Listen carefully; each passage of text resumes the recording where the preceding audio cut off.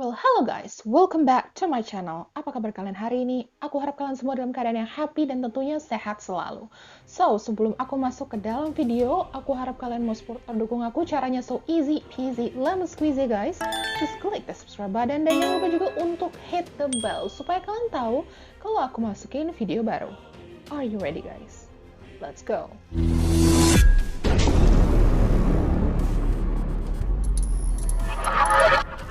Pembahasan video kali ini adalah tentang seseorang yang suka banget berburu, tetapi bukan hanya berburu hewan, berburu manusia. Kasus ini terungkap berawal dari laporan seorang wanita bernama Cindy Paulson pada 13 Juni 1983. Nah, awalnya Cindy Paulson ini bertemu dengan seorang laki-laki bernama Robert Hansen. Nah, Robert Hansen ini sendiri sebenarnya menyewa Cindy Paulson untuk melakukan seks oral dengan Robert Hansen dan dibayar sebesar $200. Nah, setelah Cindy ini menyetujui transaksi tersebut dan masuk ke dalam mobilnya Hansen, sayangnya pada sampai saat di mobil, Hansen itu justru malah menodongkan senjatanya kepada Cindy. Nah, kemudian Hansen membawa Cindy itu ke rumahnya di Muldoon. Nah, sesampainya di rumahnya Hansen, Cindy itu disiksa, diperkosa dan diserang secara seksual oleh Hansen. Nah, Cindy sendiri di rumahnya Hansen ini dirantai lehernya, diikat di sebuah tiang di bawah tanah di ruang bawah tanah rumahnya Hansen. Gak lama dari situ Hansen itu kemudian membawa Cindy ke rumahnya yang ada di sekitaran Sungai Nik di lembah Matanuska menggunakan pesawat pribadinya Hansen. Kemudian Cindy ini dibawalah menggunakan mobil ke sebuah lapangan terbang bernama Merrill Field.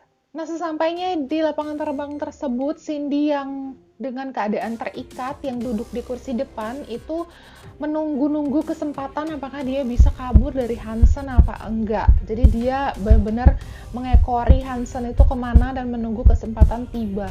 Nah, pada saat Cindy melihat kalau Hansen itu sibuk ya di kokpit pesawatnya untuk mempersiapkan diri, itu Cindy langsung menuju ke belakang, kursi belakang mobil tersebut, membuka pintu samping dan pergi berlari sekencang-kencangnya. Hansen yang mengetahui itu tentu aja panik dan dia langsung mengejar Cindy, tapi untungnya Cindy itu berhasil sampai di pinggir jalan dan melihat sebuah truk ya.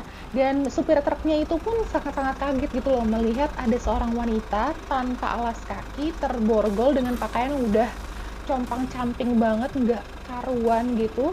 Untungnya aja Cindy tuh berhasil naik ke truk tersebut dan diantarkan ke sebuah penginapan gitu ya, sebuah inn gitu.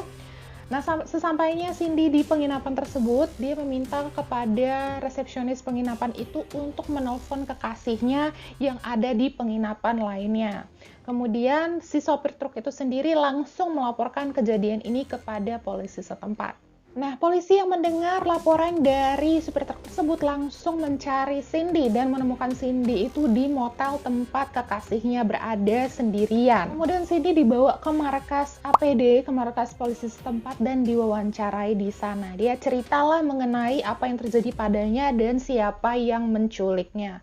Nah, kemudian Hansen ditangkap oleh polisi dan diwawancara juga diinterogasi, namun Hansen di sini benar-benar tidak menerima tuduhan tersebut, benar-benar mengelak secara sepenuhnya dan mengatakan bahwa dia itu menyewa Cindy pada saat itu dan Cindy itu meminta bayaran lebih atas jasa yang sudah dia berikan kepada Hansen, namun Hansen menolak hal tersebut gitu. Jadi kata Hansen, Cindy ini minta uang lebih atas kesepakatan kinerjanya si Cindy itu, tapi Hansen nggak mau kasih.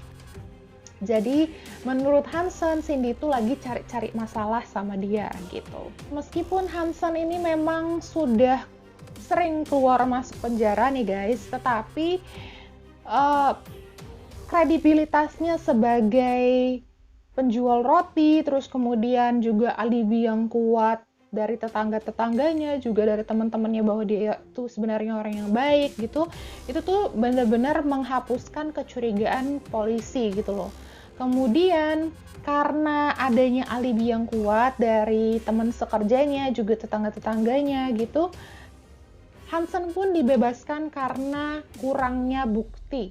Jadi kasus yang menimpa Cindy ini ditutup begitu aja. Nah, sebelum aku lanjut ke cerita selanjutnya, aku mau kasih tahu kalian sedikit tentang biografinya si Robert Hansen ini. Nah, Robert Hansen sendiri itu lahir di Ezerville, Iowa pada 15 Februari 1939. Ia lahir dari pasangan Christian dan Edna Hansen. Nah, remajanya ya, pada masa remajanya dia itu dikenal sebagai anak yang sangat pendiam dan penyendiri. Dia juga dikenal sering banget dibully sama teman-teman sekolahnya karena memiliki fitur wajah yang kurang baik. Jadi dia tuh kayak jerawatan parah gitu, dan dia juga punya kekurangan dalam hal berbicara, atau bisa dibilang dia ada gagapnya gitu. Jadi dia itu bener-bener kayak dijauhin sama teman-teman sekolahnya dan nggak dilirik sama cewek-cewek populer di sekolahannya pada waktu itu. Nah, pada 1957, Robert Hansen ini mendaftarkan diri di United States Army Reserve dan dinas selama 1 tahun di sana sebelum ia dikeluarkan. Nah, setelah itu Hansen kemudian bekerja sebagai asisten instruktur latihan di sebuah akademi polisi di Pocahontas, Iowa. Nah, di sana pula lah ia bertemu dengan seorang wanita yang kemudian akan menjadi istrinya pada 1960, menikah dan memiliki anak juga dengan wanita yang dinikahinya ini. Nah, kemudian pada Desember 1960-an, Hansen ini ditahan karena membakar habis garasi bus sekolah milik Dewan Pendidikan Pocahontas County selama 20 bulan di Anamosa State Penitentiary. Dan istrinya pada saat dia di penjara itu langsung menggugat cerai Hansen. Nah, di tahun-tahun berikutnya Hansen itu memang sering melakukan kejahatan seperti pencurian gitu, dan memang sering keluar masuk penjara. Nah, pada 1971 Hansen itu kemudian ditangkap 2 kali, pertama karena pencurian dan kedua itu karena percobaan pemerkosaan terhadap seorang ibu rumah tangga dan juga seorang pekerja malam. Kemudian pada 1963 ya guys, dia itu menikah lagi dengan seorang wanita dan juga memiliki anak, dan kemudian pada 1967 pindah ke kota Anchorage, Alaska. Nah, di Alaska ini dia itu menjadi orang yang terpandang di sekitaran tetangga-tetangganya dan dikenal sebagai orang yang jago banget berburu. Jadi dia itu kayak dikenal karena kepiawaiannya untuk berburu, dan bahkan dia itu pernah mencatatkan beberapa rekor dalam buku berburu dunia, atau bisa dibilang juga buku Pop and Young. Nah, pada tahun 1977 dia itu dipenjara lagi karena ketahuan mencuri sebuah gergaji mesin dari sebuah toko. Nah, pada saat itu dia juga didiagnosa menderita penyakit bipolar guys, dan diharuskan untuk menerima pengobatan selama masa tahanannya. Nah, beberapa tahun kemudian setelah ditutupnya kasus antara Cindy Paulson dengan Robert Hansen itu, ada yang melaporkan penemuan beberapa jenazah ke kantor polisi setempat. Nah, penemuan beberapa jenazah inilah yang akan membawa Robert Hansen masuk lagi ke dalam penjara. Nah, jasad pertama ini ditemukan oleh seorang pekerja konstruksi. Nah, jasad wanita yang ditemukan ini berada di sekitaran Jalan Eklutna atau Eklutna Road, dan kemudian jasad ini tuh dinamai sebagai Eklutna Annie, dan sampai sekarang pun jasad Eklutna Annie ini bahkan tidak dapat teridentifikasi. Jasad kedua yang ditemukan itu di dekat tambang kerikil di Seward bernama Joanna Messina. Pada tahun 1982 ditemukan lagi jasad seorang wanita bernama Sherry Morrow di kuburan dangkal di sekitaran Sungai Neck.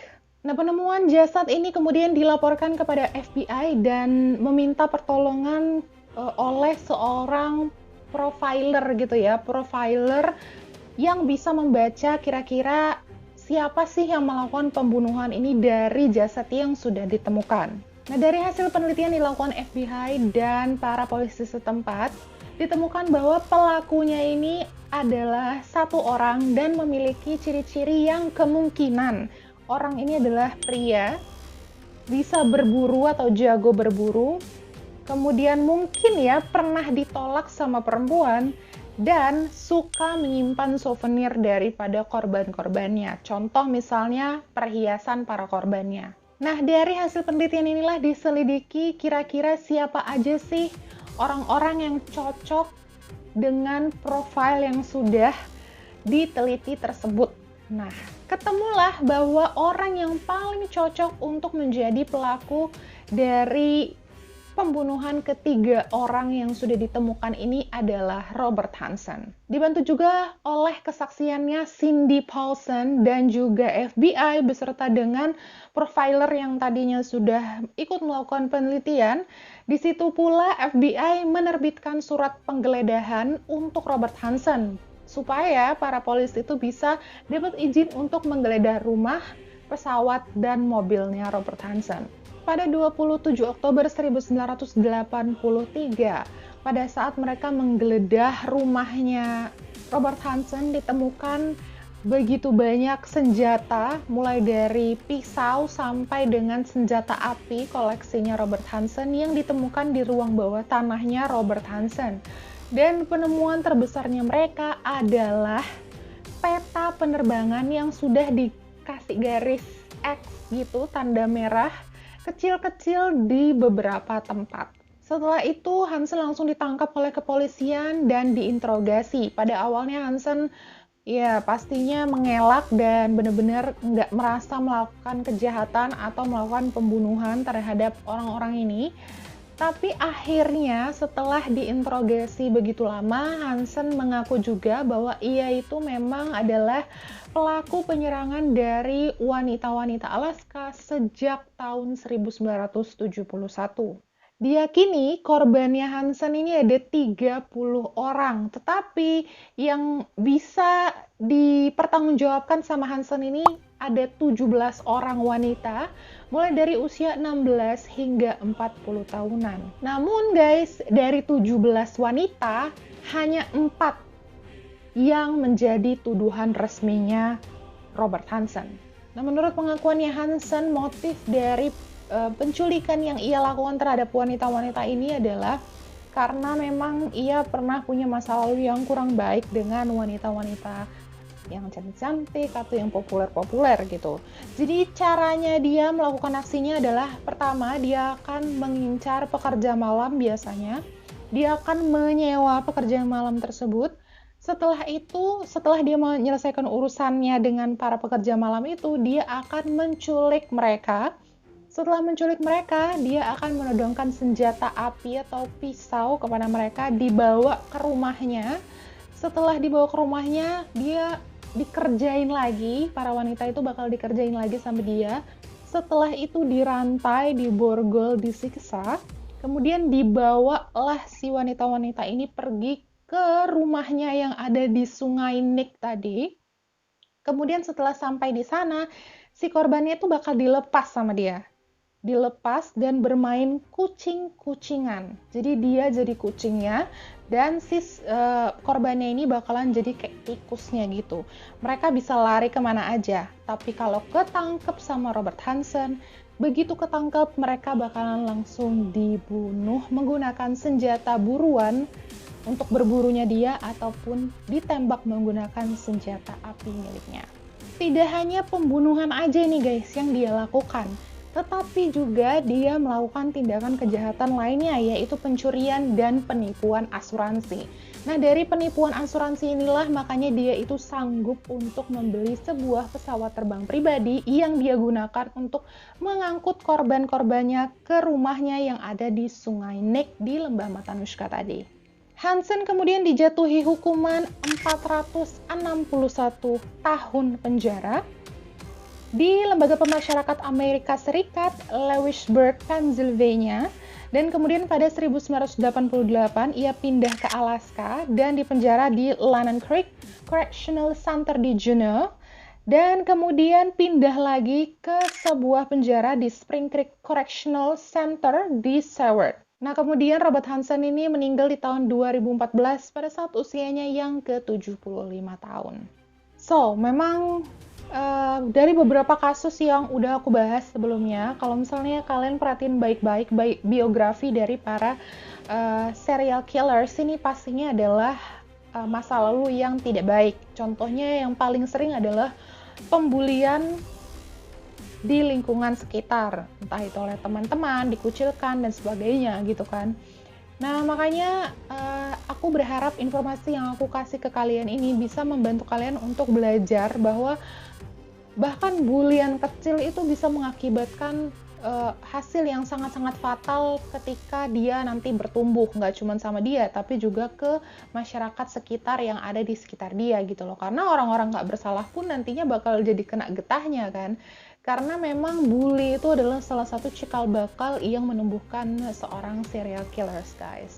Tapi sekali lagi, aku juga mau ngingetin nggak semua kayak gitu, tapi memang bully itu adalah sesuatu yang sangat toksik banget dan tidak seharusnya dilakukan oleh siapapun, dan siapapun itu tidak berhak sama sekali untuk mendapatkan bulian dalam bentuk apapun, guys. So, sekali lagi aku mau ngingetin, please stop bullying dimanapun kalian berada, guys. Jangan sampai kalian itu menjadi salah satu orang yang apatis terhadap hal ini. Lagi-lagi aku bilang stop bully dimanapun kalian berada dan hargailah orang-orang di sekitar kalian, guys. So, thank you banget bagi kalian yang udah nonton video ini. Aku harap ini bisa jadi informasi yang bisa memberikan kalian pelajaran dan kita sama-sama bisa belajar dari kasus ini. Thank you banget and see you on the next video, guys. It's caught in the crossfire. It's caught in the crossfire.